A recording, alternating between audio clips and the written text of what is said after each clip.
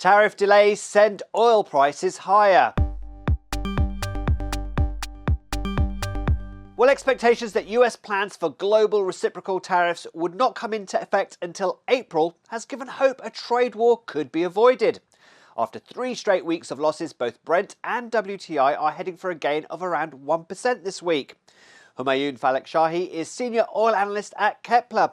Homayoun, are the markets getting a little bit too excited by this delay to the tariffs? Yeah, I think so. It's not the first time that the market reacts to news about tariffs. One day it's up, one day it's down, based on what's happening. Ultimately, we think the tariffs from the Trump administration are mostly a negotiating tool, especially with countries that are close to the U.S., such as Canada, Mexico, the EU. On the other side, though, we think the tariffs with China will hold.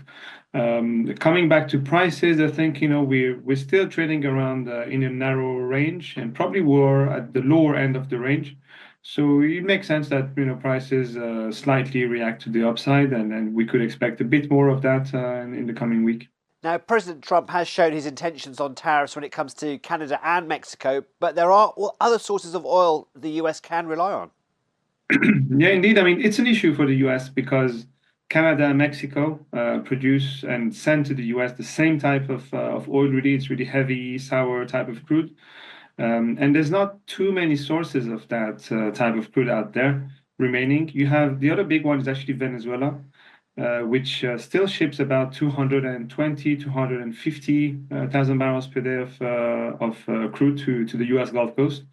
And so it makes it hard for the Trump administration, as they're still negotiating with Canada and Mexico, to at the same time go hard on Venezuela.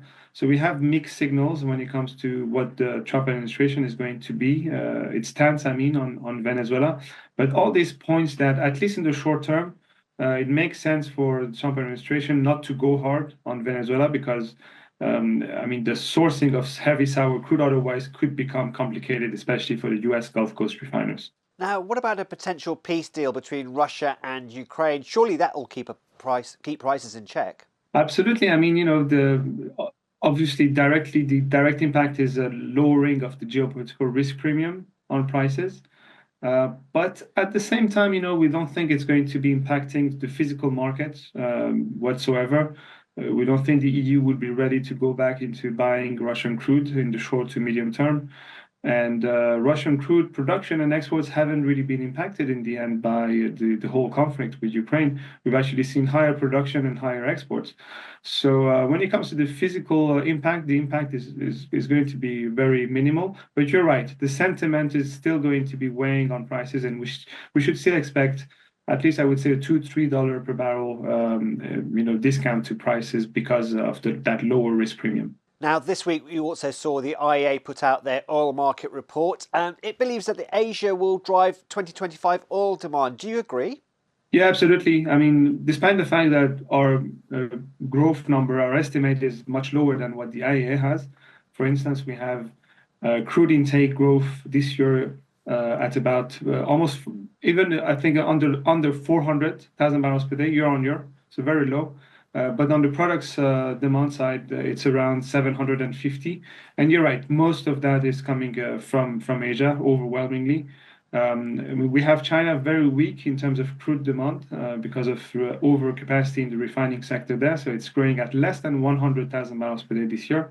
But India is going to be growing quite. I would say not on an absolute term, but on a relative term basis, quite well. Their imports reached a new all-time high last month, about 5 million barrels per day.